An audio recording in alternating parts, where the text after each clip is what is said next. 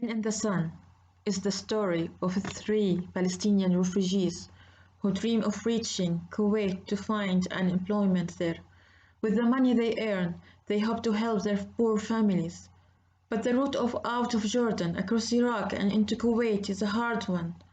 The refugees require the assistance of people smugglers, and there is the ever-present danger of being ripped off and fooled by dodgy middlemen and guides who take you to the wrong place and then run away.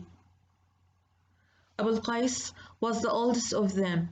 He has a wife and son. He also had an infant daughter who died from hunger in the refugee camp. He longs for his modest crop, which was he derived from 10 trees that brought down olives and goodness every spring. His wife has lost patience with his dreams of the past and urged him to go off to Kuwait and make some money. In the last 10 years, you have done nothing but wait. You have needed 10 big, hungry years to be convinced that you lost your trees, your house, your youth, and your whole village. People have making their own way during these long years while you have been squatting like an old dog in a miserable hut. What do you think you are waiting for? Asad survives to make it to Basra. His uncle has given him 50 dinars on understanding that when he returns with money from Kuwait he will marry his daughter Nada. But Asad has no wish to marry his cousin. Nevertheless, he takes the money. The third refugee heading to east is Marwan, for whom the last threads of hopes that had held together everything inside him for long years had been snapped. He is 16 years old. His family has fallen apart in exile. His brother Zakaria left for Kuwait long ago, but got married there and no longer sends money home. His father, sick of his impoverished existence in a mud house, has divorced his wife and left his children in order to marry a friend's daughter, Shafika. Marwan thought silently. I will send every penny I earn to my mother, and overwhelm her and my brothers and sisters with gifts till I make the mud hut into paradise on earth, and my father will bite his nails with regrets. But the three men have the good luck to meet Abul Khairazan, a fellow Palestinian, who offers to help them to get to Kuwait. I drive a water tanker that is licensed to the cross-frontier from Iraq to Kuwait, he explains. It's owned by a rich man, Haj Rida, who's never kept waiting or searched at the frontier. I have just been with Haj Rida and his guest on hunting trip, but he has been detained in Basra for 2 days because of a small fault with a lorry. You can hide inside the water tanker in it for the whole journey. You will only have to hide in it twice for 5 minutes at the two border crossing. They ask him if there's any water in the tanker. Abdul Khairazan laughs. What are you thinking of me? Am I a swimming teacher? Listen, the tanker hasn't seen any water for 6 months. Oh dear listeners, I fear Khairazan is a liar. I must share with you what I know. The truth? He's working for a smuggler and doing a little business of his own on the side. Our three men don't have any choice than agreeing to Abdul Khairazan's plan to travel with him in his empty water tanker. At the two border crossings, all they have to do is hide inside the empty water tanker for more than a few minutes while he goes through customs, and they all have to travel in silence with their dreams, their families, their hopes, and ambitions, their misery and despair, their strengths and weaknesses, their past and future, and as if it were pushing against the immense door which the entrance to a new unknown destiny. All eyes were firmly fixed on that door, as though bound it by invisible threads. At the first checkpoint, he asks them to hide inside the tank and says, "I'll be back in 5 minutes." He then rushes to the customs square to sign the necessary papers. One of the officers says to him, "Abdul Khairazan is in a hurry today." Abdul Khairazan answers him, "Yes, Hajj Rida is waiting to see if I am late, and if I am, he will sack me." "Don't worry," answered him. "Yes, Hajj Rida is wanting to see if I am late," says the officer.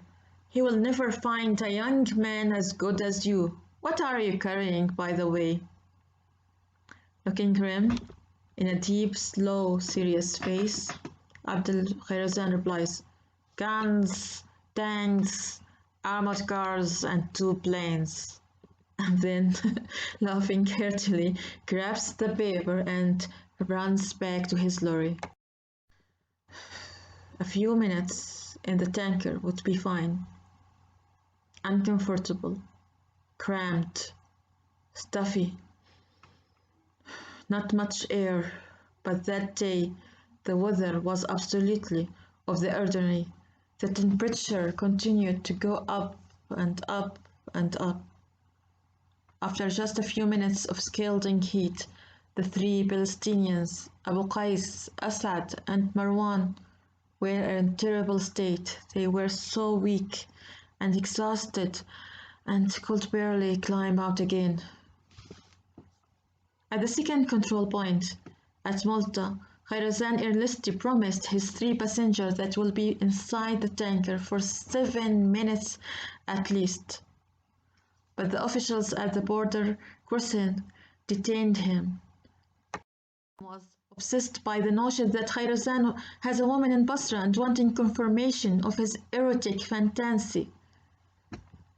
Abu Khairazan keeps looking at his watch, sweating heavily and worrying about the three men.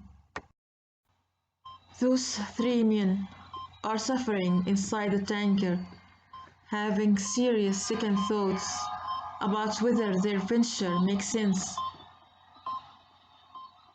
All the three share the same awful stomach-turning anxiety.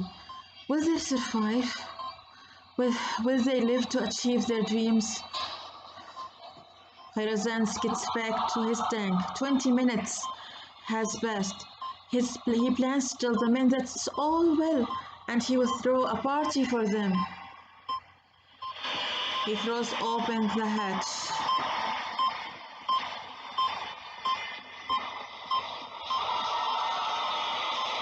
The three men were dead, sophisticated, their faces twisted and their eyes staring. Abu Khairazan was appalled. He moved and thought clearly distraught. "I'll bury them in the graveyard." Sorry, no, I can't, I am exhausted." "I throw them in the desert." No, I can't leave their bodies to the prey of wild animals and birds." He climbed in the driving seat of his vehicle and he drove veering from one side to the road to the other as if he were drunk. He drove to a rubbish tip and threw the bodies there. The darkness spared him the sight of their faces. As he was on the way back to his vehicle, he stopped, turned, and went back to the bodies. He searched his pockets, their pockets, and collected money in them, and one of them was wearing a watch, and he took it. As he returned to the lorry and lifted one leg up, a sudden thought flashed to his mind. He stood rigid in his place, trying to do or say something. He thought of shouting, but immediately realized what a stupid idea that was.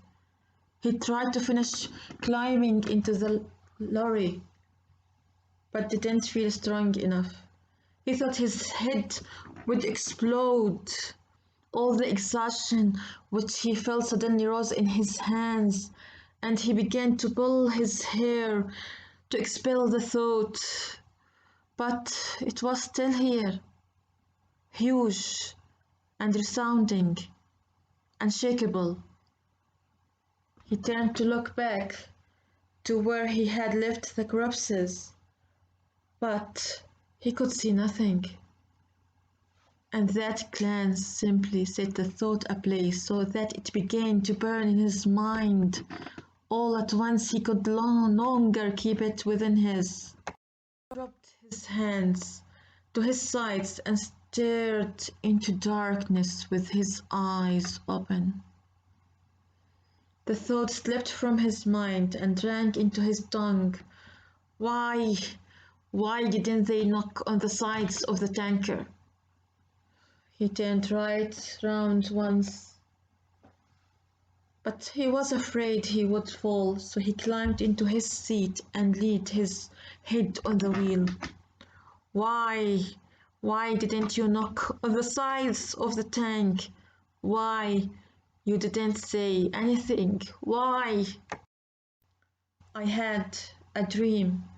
It wasn't all it seemed. I had a dream, and it made me scream. Why didn't they knock on the sides of the tanker? Why did I let them die?